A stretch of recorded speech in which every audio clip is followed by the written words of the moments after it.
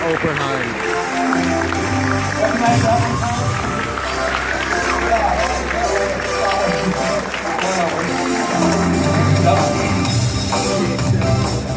That was one of your patches, I believe. All right, let's get started. Tom, you made a comment that you said we are in the middle of an analog synth revival. What do you mean by that?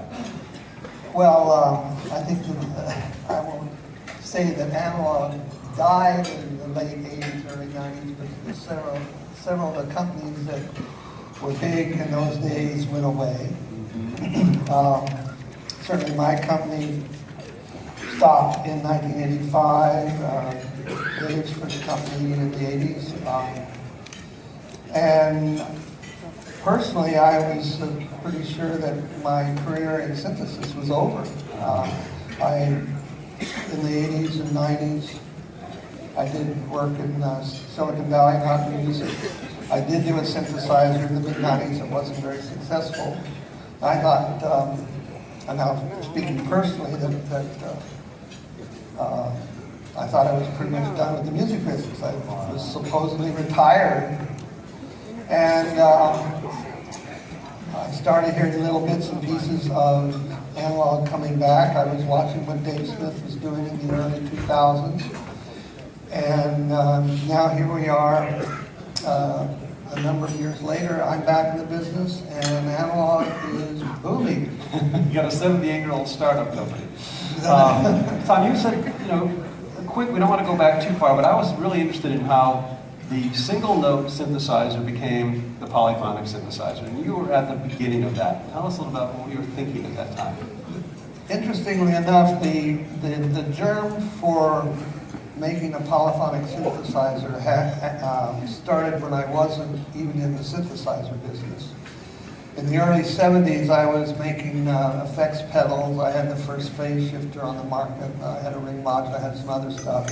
But to supplement my income of my one-person company in the early 70s, I became an art dealer. I believe I was the first art dealer west of the Mississippi. And I got quite familiar with synthesizers from being an art dealer.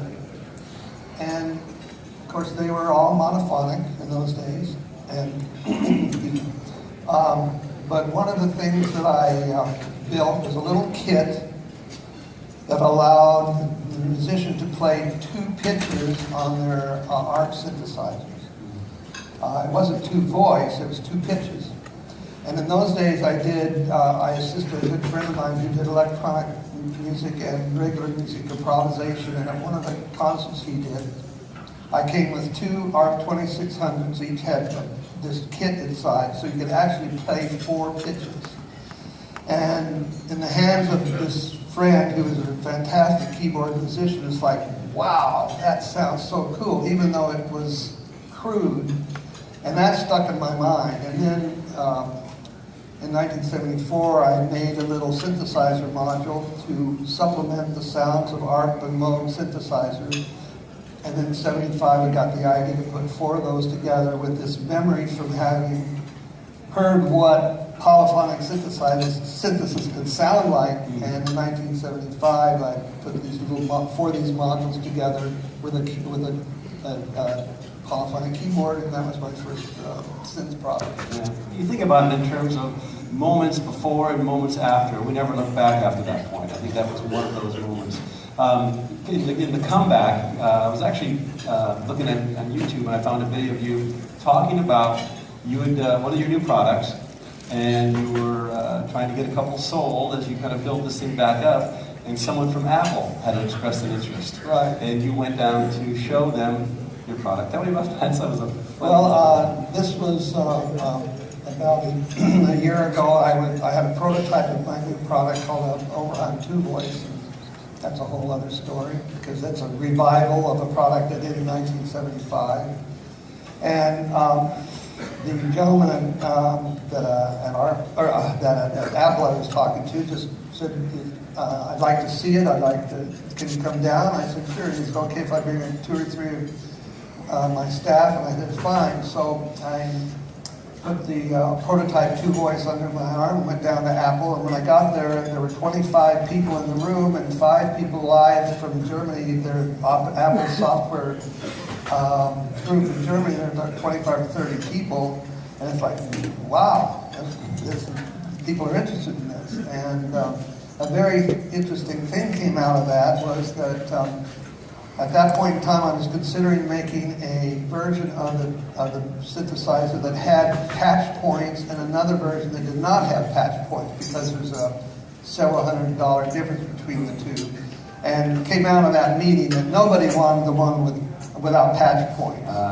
So now in a sense, this new 2 voice that I have is part of the not only the analog revolution, but this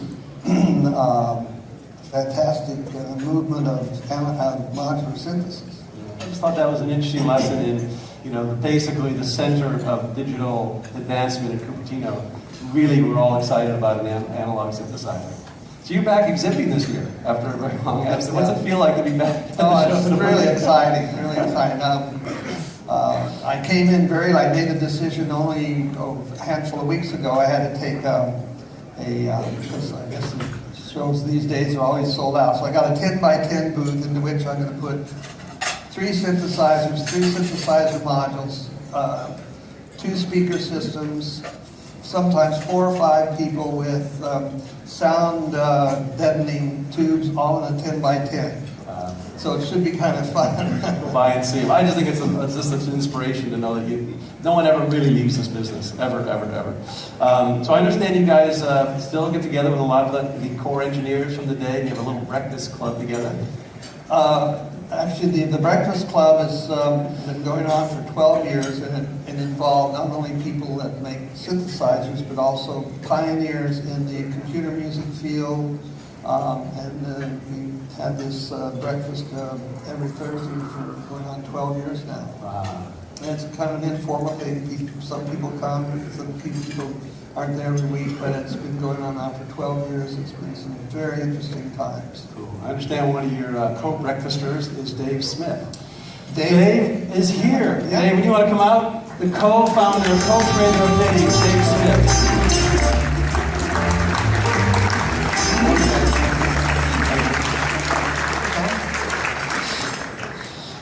Okay, you guys, our lives were completely changed by these 2 gentlemen, whether we know it or not, or whether we appreciate it or not, and I'm just so happy to have both of you here. This goes in cycles, Dave, right? Clearly. I mean, what are we seeing now, in your opinion? Well, exactly. I mean, when digital synthesizers came in the mid-80s, the analog stuff kind of drifted away. And it's been that long until people are starting to pick up on it again. And it's the sound, it's the interaction of the instrument. The rise of EDM, like you said earlier, is a big part of it. There's a lot of reasons why people are noticing it again. You had a point about in your booth that you have a little habit of when someone comes, puts on the headphones, and starts playing, you just count the seconds before this huge smile breaks out on their face. What is it about playing a synthesizer that it might be different than a digital instrument? Well, again, it's the interaction. We strive to give our instruments personality. It's like a guitar player. He can pick a Strat or a Telecaster or a Les Paul, and then he picks which one, built in which factory, at which year, whatever speaks to him as a musician. That's an important part. And we try to do that with keyboard instruments. And analog instruments are like that. Every one of them is just a little bit different. They're not a digital instrument exactly the same. It's just like a computer. Every computer, every cell phone is exactly the same. An analog instrument, you're always going to be just a little bit different. I'd like to make one little point if I can break in. Dave and I became friends when we became competitors in the late 1970s. We both had polyphonic instruments that were both very popular. And the interesting thing was that any musician who used either of our instruments knows the sound of an Oberheim or knows the sound of a sequential, and those sounds are different. And yet, from an engineering point of view, inside the machine, they had the same circuitry, pretty much the same circuitry. They both used custom analog chips that were made at the time, and yet machines to the musicians that used them, they sounded different. So the kind of the best of the elegant design of the original, of course, using the most, consistent and up-to-date chips and wired and all that. But I mean, one of the things I was thinking of is the idea that what is driving this? I mean, what are we hearing on the radio that we think is maybe a computer, but who are you working with artist-wise that are really going back to this sound? Well, it's all over the place. Again, EDM, it's electronic music. Electronic music is made with synthesizers. EDM is big, synthesizers are big. But it goes beyond that. There are so many artists. We sell to people you would expect to, Radiohead, Arcade Fire, those kind of bands. Of course, they all use synthesizers. But then, Taylor Swift uses one of our keyboards and plays it right out in front. Recently, I spent 3 days in a studio with Alicia Keys. She has this great collection of new and analog old vintage synthesizers, and she wanted to get a little deeper into them. So, the Black Keys, you don't think of them as having a synthesizer, but they play our instruments. So it's all kinds of music. Which is what it was back in the late 70s and early 80s. It was everywhere. There was a neat article on you in Forbes magazine, and the title was, "Why Isn't This Man a Billionaire?" What did they mean by that? Well, that has to do with something called MIDI that was very interesting. It was a rare industry collaboration between 5 companies. We developed this standard, and we wanted it to work all the time, everywhere, so we gave it away for free. Now, when we did this, the industry was not all that big. It became big after that, partially because of MIDI, but we knew that computers were going to probably be involved in MIDI, but not billions of them. We had no idea that there would be such a thing as a cell phone that would have MIDI in them, so there'd be more billions of MIDI. So, if we think back, well, let's see, a penny per unit, that'd be nice. But, then it may not have worked. It was the spirit was to give it away to make sure it worked. That is a singular act of generosity, probably never to be seen again by our